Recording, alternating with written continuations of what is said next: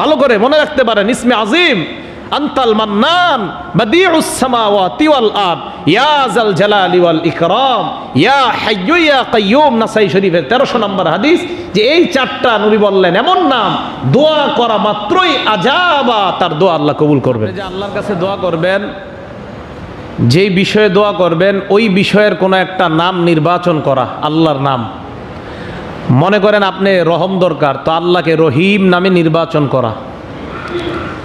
মনে করেন আপনার রিজিক দরকার, আপনি রাজ্জাক নামে আল্লাহকে ডাকেন। আপনার ক্ষমা দরকার, আপনি গফফার নামে আল্লাহকে ডাকেন। যেই বিষয়টা দরকার ওই বিষয়টাও উল্লেখ করা, এটাও দোয়ার একটা আদব। কাইয়াকুলা ইয়া রহিম ইরহামনি, যেমন বলা ইয়া রহিম ইরহামনি, হে রহিম আমাকে দয়া করেন। ওয়া করিম আকরিমনি, বলা হে সম্মান দেওয়ার অধিকারী আকরিমনি, আপনি আমাকে সম্মানিত করেন। আপনি অসুস্থ, তো বললেন ইয়া শাফি ইশফিনি, হে রোগের আরোগ্য দানকারী, আপনি আমাকে শেফা দান করেন, আরোগ্য দান করেন। এইভাবে দোয়া করা। তিরমিজি শরীফের 3527 নম্বর হাদিস, হাদিসের বর্ণনাকারী মুআজ ইবনে জাবাল রাদিয়াল্লাহু তাআলা আনহু, তিনি বলেন রাসূল সাল্লাল্লাহু আলাইহি সাল্লাম এক ব্যক্তিকে দোয়া করতে শুনলেন। ওই ব্যক্তি দোয়ার মধ্যে বলতেছে আল্লাহুম্মা ইন্নী আসআলুকা তামামান নি'মা, হে আল্লাহ আমি আপনার কাছে সব নেয়ামত চাই, পূর্ণাঙ্গ নেয়ামত চাই, নেয়ামতের পরিপূর্ণতা আপনার কাছে চাই। এরকম একটা দোয়া করছে। فقال رسول الله صلى الله عليه وسلم أي شيء تمام النعمة, এই তুমি যে পূর্ণাঙ্গ নেয়ামত চাইলা, পরিপূর্ণ নেয়ামত, পরিপূর্ণ নেয়ামত কোনটা তুমি জানো? পূর্ণাঙ্গ নেয়ামত কি তুমি জানো? তুমি কেন এই জাতীয় দোয়া করলা? ওই সাহাবা জবাব দেয় দাওয়াতুন দাউতু বিহা আরজু বিহাল খাইর। কয় হুজুর এটা এমন একটা দোয়া আমি জানি না এটার ফায়দা কি, খালি আমি এতটুকু জানি যে এই শব্দটার মাধ্যমে আমি আল্লাহর কাছে কল্যাণ চাই, এটাই আমি আল্লাহর কাছে চাই। তো এই জন্য আমি আল্লাহরে বলি তামামান নিয়ামা। শব্দটা কি? তামামুন নিয়ামা। আপনারা বলেন না তামাম জগতের মালিক, এই তামাম মানে পুরা সব, তো সব নেয়ামত, নেয়ামতের পূর্ণাঙ্গতা, পরিপূর্ণ নেয়ামত, সব নেয়ামত, এটার অর্থ হয়। তো নবীজি বলেন ও তুমি এটার মাধ্যমে কি বুঝো? কয় হুজুর আমি বুঝি কল্যাণ, এর লেগে আমি এরকম একটা শব্দ আল্লাহর কাছে বলি, যে বলার কারণে আমার উদ্দেশ্য হলো আমি আল্লাহর কাছে কল্যাণ চাই। নবীজি বললেন তুমি যদিও শব্দটা অনেক সুন্দর বলছো, কিন্তু উদ্দেশ্যটা আসলে বুঝো নাই। তোমার এই শব্দটা অনেক সুন্দর, হ্যাঁ এই শব্দের মাধ্যমে আরো দোয়া করবা, তবে জানো এই শব্দের মূল উদ্দেশ্য কি? নবী বলে দিলেন ফাইন্না মিন তামামিন নিয়ামাতি দুখুলাল জান্নাতি ওয়াল ফাউজা মিনান নার। আল্লাহর হাবিব বললেন তুমি যে আল্লাহর কাছে বললা আল্লাহুম্মা ইন্নী আসআলুকা তামামান নি'মা, আল্লাহ আমি আপনার কাছে পূর্ণাঙ্গ নেয়ামত চাই, সকল নেয়ামত চাই, এর দ্বারা উদ্দেশ্য হলো, সকল নেয়ামতের মূল হলো দুখুল আল জান্নাহ, আল্লাহর জান্নাতে প্রবেশ করা এবং জাহান্নাম থেকে বাঁচা। তোমার এই দোয়া যদি কবুল হয়ে যায়, আল্লাহর জান্নাত তোমার জন্য অবধারিত। এটা যদি কবুল হয়ে যায় তো পূর্ণাঙ্গ নেয়ামত হবে আল্লাহর জান্নাতে প্রবেশ করা, আর জাহান্নাম থেকে চিরমুক্তি, চিরতরে মুক্তি লিখে নেওয়া।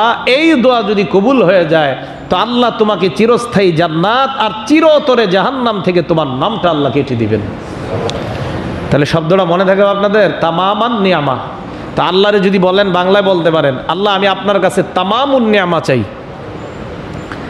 তামামা কেন হয়েছে? এটা আরবি ব্যাকরণের কারণে। আল্লাহুম্মা ইন্নী আসআলুকা বলার কারণে, এটা আরবি একটা ব্যাকরণ, ওই ব্যাকরণের কারণে আপনার হয়েছে তামামা। তো তামামান নিয়ামা এটা কেন হয়েছে? সাবজেক্ট অবজেক্টের ব্যাপার, এটা আপনারা ইংলিশ বুঝেন। তো এই জায়গায় হয়েছে কেন? এটা হলো আপনার আল্লাহুম্মা ইন্নী আসআলুকা তামামান নিয়ামা, মূল শব্দটা তামামুন নিয়ামা। মূলত পেশ ছিল, জবর হয়ে গেছে কেন? আল্লাহর কাছে আসআলুকা বলার কারণে ওখানে জবর হয়ে গেছে। এটা আরবি ব্যাকরণে এটাকে মাফউলে বিহি বলা হয়, ওইটা আপনাদের বোঝা দরকার নেই।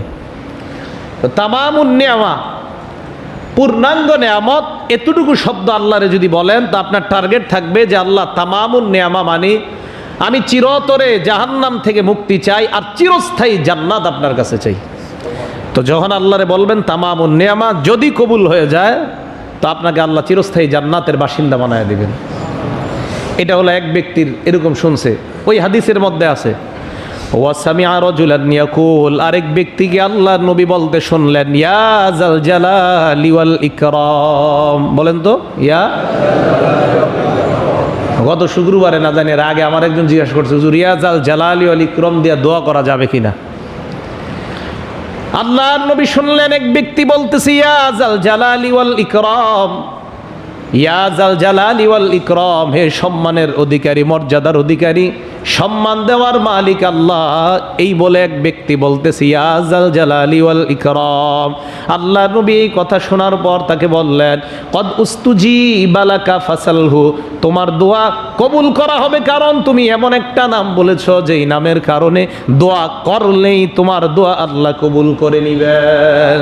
ফাসাল, তুমি চাও, এখন চাও আল্লাহর কাছে, যা মন চায় চাও। তো ইয়া জাল জালালি ওয়াল ইকরাম এটা বইলে কিন্তু আপনারা আল্লাহর কাছে অনেক কিছু চাইতে পারেন। আল্লাহ ইয়া জাল জালালি ওয়াল ইকরাম এটা বলে আপনার প্রার্থনাকৃত বিষয়গুলো আল্লাহকে বলেন। হাদিসের মধ্যে প্রমাণ হয় এটার মাধ্যমে দোয়া করলেও আল্লাহ দোয়া কবুল করেন। এগুলো দ্বিতীয় ব্যক্তি, ওই হাদিসই তিরমিজির 3527 নম্বর হাদিস। ওয়াসামিআ রাজুলান ইয়াকুল, আরেক ব্যক্তিকে বলতে শুনলেন, ওই ব্যক্তি বলতেছে আল্লাহুম্মা ইন্নী আসআলুকা সবরা, আল্লাহ আমি আপনার কাছে ধৈর্য চাই। কি চাই? অনেক মানুষ না বুঝা দোয়া করে। আল্লাহর নবী বললেন তুমি আল্লাহর কাছে কি চাইলা? কয় হুজুর ধৈর্য চাইলাম। কয় হে মিয়া এটা কেমন দোয়া করলা? ফাকাদ সাআলতাল্লাহাল বালা, এর মানে তুমি আল্লাহর কাছে বিপদ চাইলা। ধৈর্য তো আল্লাহ তখন তোমাকে দিবেন যখন আগে একটা বিপদ দিবে। তুমি যে আল্লাহর কাছে ধৈর্য চাইলা, এর মানে আল্লাহরে বলতেছো আল্লাহ আগে বিপদ দাও এরপর ধৈর্য দাও। ধৈর্য কেন চাইলা? বিপদ না আসলে আল্লাহর কাছে ধৈর্য কখনো চাইবা না, বিপদ আসার পরে বলবা আল্লাহ আমাকে তুমি ধৈর্য দিয়ে দাও। এই যে আমাদের সারা দুনিয়ায় এখন বিপদ চলতেছে, এখন বলা যায় আল্লাহ তুমি এই বিপদে আমাদেরকে ধৈর্য দিয়ে দাও। আর যদি আপনার কোনো বিপদ না থাকে তখন যদি বলেন আল্লাহ তুমি আমাকে ধৈর্য দিয়ে দাও, তখন আল্লাহ আগে একটা বিপদ দিবে, এরপর আপনাকে ধৈর্য ধারণ করার ক্ষমতা আল্লাহ দিয়ে দিবেন। আন্দাজি ধৈর্য চায় না, তো ধৈর্য চাইতে হবে। তো এই কথা শুই না নবী কয় তুমি তো আল্লাহর কাছে বিপদ চাইলা। হুজুর মানি কাহারে আল্লাহ তোমাকে ধৈর্য ধারণ করার তৌফিক কখন দিবে? তা আগে তো একটা বিপদ দিবে। হুজুর এখন কি করবো? এবার নবী শিখাই দিলেন ফাসালহুল আফিয়া, আল্লাহর কাছে তাড়াতাড়ি তুমি পানাহ চাও, আল্লাহর কাছে তুমি সুস্থতা চাও। সুস্থতা দুনিয়ার সবচাইতে বড় নিয়ামত। সুস্থতা চাও, কথাটা বুঝছেন তো আপনারা? তাহলে দোয়াও আন্দাজি করা যাবে না, এই উলামায়ে কেরামের কাছে জিজ্ঞাসা করতে হবে হুজুর এই দোয়াটা করবো কিনা। ঠিক আছে না? তো ধৈর্য ধারণের দোয়া, এ চিন্তা করেন আমরা তো জানতাম ধৈর্য ধারণ এটা কত ভালো জিনিস। আর আপনি দিব্যি ভালো আছেন, মাশাল্লাহ খুব ভালো আছেন, এই মুহূর্তে বললেন আল্লাহ ধৈর্য দাও, তখন তো আগে বিপদ দিবে আপনাকে। তখন দেখবেন কালকে 5 লাখ টাকা হারাবে, এরপর আপনি দোয়া করবেন যে আল্লাহ, তার আপনি বলবেন হুজুর গতকাল কিন্তু আমি দোয়া করলাম আল্লাহ আপনি আমার ধৈর্য দেন, আর আজকেই 5 লাখ টাকা হারায় গেছে। আপনি যে কালকে বলছেন ধৈর্য দাও, এই জন্য 5 লাখ হারানোর পর এখন ধৈর্য ধরেন। কথাটা কি আপনাদের বুঝে আসছে? তাহলে ধৈর্য, বিপদ আসলে ধৈর্য চাওয়া, আল্লাহ আমার তো ঘরে এই সমস্যা চলতেছে, আপনি সমাধান করেন, আর আল্লাহ আপনি আমাকে ধৈর্য ধারণ করার তৌফিক দান করেন। আল্লাহ আমাদের সকলকে হাদিসটা বুঝে শুনে এর উপর আমল করার তৌফিক দান করেন। তাহলে কয়টা বিষয় জানলাম? তামামুন নিয়ামা আল্লাহর কাছে চাইতে পারেন, ইয়া জাল জালালি ওয়াল ইকরাম বইলা আল্লাহর কাছে যে কোনো দোয়া করতে পারেন, ওয়াল আফিয়া আল্লাহর কাছে সুস্থতা চাইবেন দুনিয়া এবং আখেরাতে, তাহলে আল্লাহ আপনাকে দুনিয়া আখেরাতে সমস্ত প্রকারের নিরাপত্তা দান করবেন। শব্দটা আফিয়া, আফিয়া আমি দেখবেন দোয়ায় প্রায় সময় বলি আল্লাহুম্মা ইন্নী আসআলুকাল আফিয়াতা ওয়াল মুআফাতাদ দাইমাতা ফিদ দুনিয়া ওয়াল আখিরাহ। এই আফিয়া সুস্থতা চাওয়া আল্লাহর কাছে। আল্লাহ আমাদের সকলকে সুস্থ অবস্থায় যেন জীবন যাপন করতে পারি এবং ধর্মীয় অনুশাসন মেনে চলতে পারি, আল্লাহ তৌফিক দান করেন। তাহলে কি বললাম? 21 নম্বর দোয়ার আদব হলো আল্লাহ পাক রব্বুল আলামিনের কাছে যে আমরা দোয়া করব, আল্লাহর নির্বাচিত কিছু নাম, এই নামগুলা নির্বাচন করে দোয়া করতে পারি। তো একটা নির্বাচিত নাম জানলাম ইয়া জাল জালালি ওয়াল ইকরাম। আরও যেটা আছে যে বললাম ইয়া রহিমু, ইয়া করিমু, ইয়া শাফি। ইয়া শাফি কখন বলবো বলেন তো? অসুস্থ হইলে। ইয়া করিমু কখন বলবো? সম্মান দরকার হইলে। ইয়া রাহিমু কখন বলবো? দয়া দরকার হলে। বলেন তো ইয়া গফফারু কখন বলবো? গুনাহ মাফের দরকার হলে। তা আল্লাহর এই নামগুলা নির্বাচন করতে পারেন। নাসাই শরীফের 1300 নম্বর হাদিস, 1300 নম্বর হাদিস, 1300 নম্বর হাদিস, হাদিসের বর্ণনাকারী হযরত আনাস। ইসমে আজমের কথা শুনছেন না আপনারা? আজকে একটা ইসমে আজম শিখে নেন। হযরত আনাস রাদিয়াল্লাহু তাআলা আনহু বলেন, কুনতু জালিসান মা রাসূলিল্লাহি সাল্লাল্লাহু আলাইহি ওয়াসাল্লাম, আল্লাহর নবীর সাথে আমি মসজিদের মধ্যে বসা।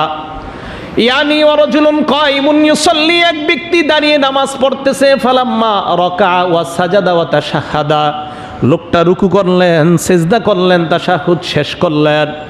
সব শেষ করার পর ওয়া দাআ, দোয়া করা শুরু করলেন। এবার লোকটা দোয়ার মধ্যে বলতে লাগলেন, আল্লাহুম্মা ইন্নী আসআলুকা বিআন্না লাকাল হামদা, আল্লাহ আমি আপনার কাছে চাই, বিআন্না লাকাল হাম, সমস্ত প্রশংসা তোমার। এরপর বললেন, লা ইলাহা ইল্লা আনতাল মান্নান, আপনি ছাড়া কোনো ইলাহ নাই, আনতাল মান্নান, আপনি অনুগ্রহ দানকারী। এরপর বললেন, বাদিউস সামাওয়াতি ওয়াল আরদ, আসমান জমিনের সৃষ্টিকর্তা আপনি। এরপর বললেন, ইয়া জাল জালালি ওয়াল ইকরাম।